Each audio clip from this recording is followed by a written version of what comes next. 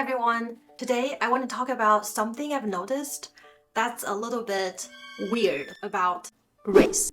I know it's gonna be very controversial, but before I got trolled, let me ask you a question. I want you to be brutally honest, just like my Asian mother. Do I look white to you? But believe it or not, some people say that I am actually white. Like yesterday, my yoga teacher told me I have a lot of white privilege, just like any other white person. I was like, what does that even mean? Like orange is the new black? Asians are the new white? Or my parents must have signed the race selective surgery without my consent when I was young.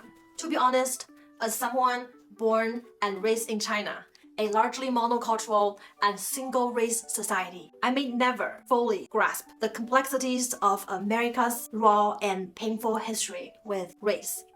But it has definitely allowed me to step back and clearly see some of the extreme and often absurd direction it seems to have taken in recent years. Like the other day, another white lady approached me for my honest, no crap Asian feedback on whether a white dude applying Japanese origami technique to a NASA spaceship design is cultural appropriation. I was like, I personally don't see a big problem there, but you know that I'm actually Chinese and I can't really speak for all the Japanese. Then she said, but you're still Asian. Aren't you comfortable with a white man profiting from your Asian culture? I was like, yeah.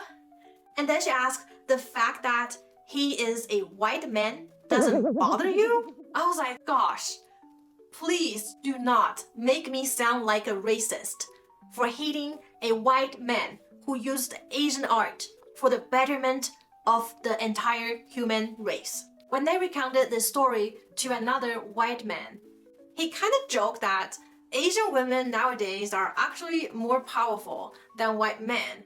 And we Asian women definitely kick their big white asses. Like first, we Asian women on average make more than white men now. And second, how could a woman of color ever be a racist to a white man? If I attack that white man, people might praise me for my courage and empowerment. But if he does what I do, like criticizing me or any other person of color, he will probably be socially dead or even lose his job. I laughed at my funny friend, but I also laughed harder at America, that the golden pillar of American value, liberty for all, has once again become amusingly omissive. 200 years ago, the founding fathers forgot black people. 200 years later, it is white people losing their ease of speech around other people of color. And I truly feel very sorry for my white friends. Speech for them nowadays is like walking on eggshells. They seem nervous, always reserved, and constantly apologizing, and often confused. Should I say that? Or maybe I should not have said that. Would that offend you? Oh, I'm so sorry. It's like nobody, even people of color, knew where to draw the line. Like once I asked my white girlfriend for some tips of protecting my frizzy hair. She nervously giggled that she should not suggest something that might make her sound like a racist or try to cultural appropriate. And she's like, I really should not say that name. You know, like I really cannot say that. I was like, are you talking about Voldemort? He who must not be named. Eventually, I found the product whose name must not be named by a white person is a silk bonnet. Researching the history and deep meaning of it made me understand my white friend's hesitation and anxiety. But you know what?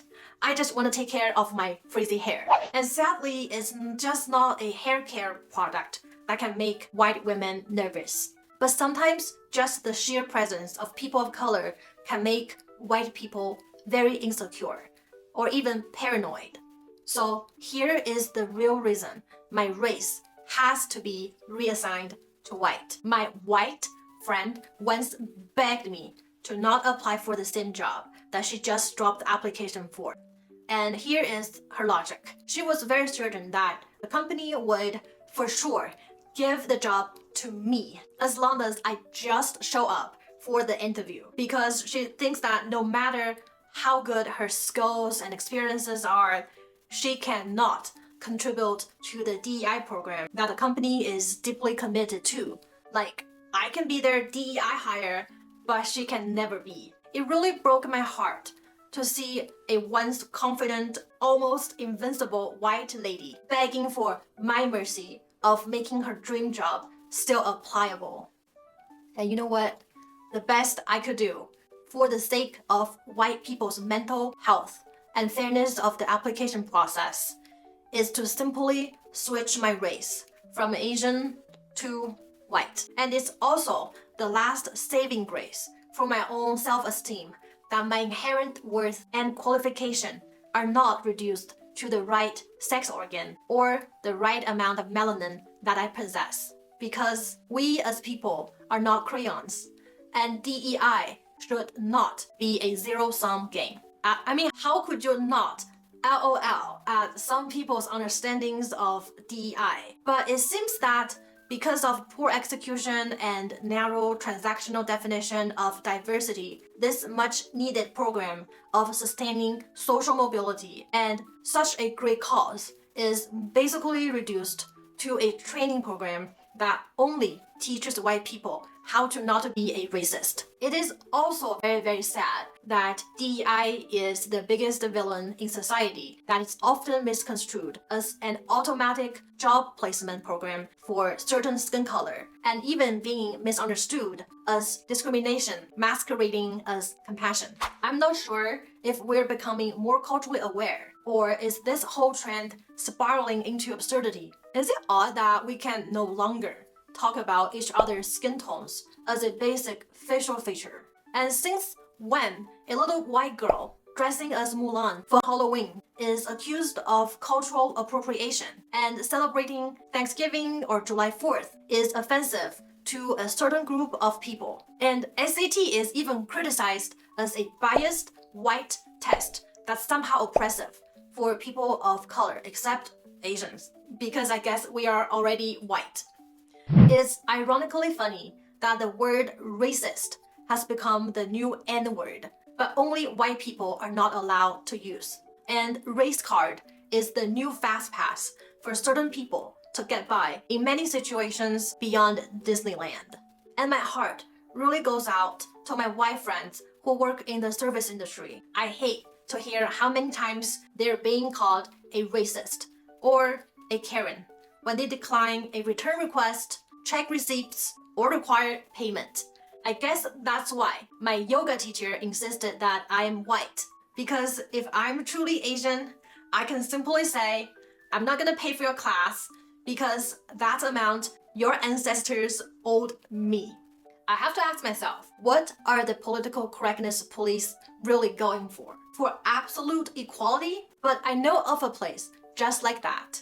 It has free school, free college, free medical care, no unemployment, everyone gets assigned with a job and is represented very well with equal pay, as doctors don't get paid too much more than factory workers. Does that sound pretty good? Is that a worker's paradise? And I guess Kim Jong-un would raise his chubby little hand and say, I concur, because that's my country. But you forgot to tell them that everyone is also equally starving. Rubbing his fat belly, Kim announced that we do not need your American stinky DEI or political correctness police here, because my country itself is already DEI, except for diversity stands for everyone is oppressed in diverse ways. Of course, by your spoiled American standards, racism still exists, and racial equality matters more than any time. We as a society need well-executed and well-supported DEI program. But how can we pursue the so-called racial equality when we fail to hold people of all races to the same standard or the rule? But please also remember, Racism is dangerous and detrimental. Anyone of any skin color, with or without oppression, can be a racist. Nobody should be born guilty or be born as a victim. Let's see each other as individuals. Let's make friends outside of our race and culture. Let's get to know each other as real human beings. And let's aim for true equity, where we lift each other up, not tear each other down. Most importantly, guys, please do not comment that I am whitewashed. I am white by race. And since there's no DEI programs to help people like me, why don't you guys support me by sharing and liking this video? Subscribe to my channel and make this white girl's YouTube channel great again. Thank you very much. Bye bye.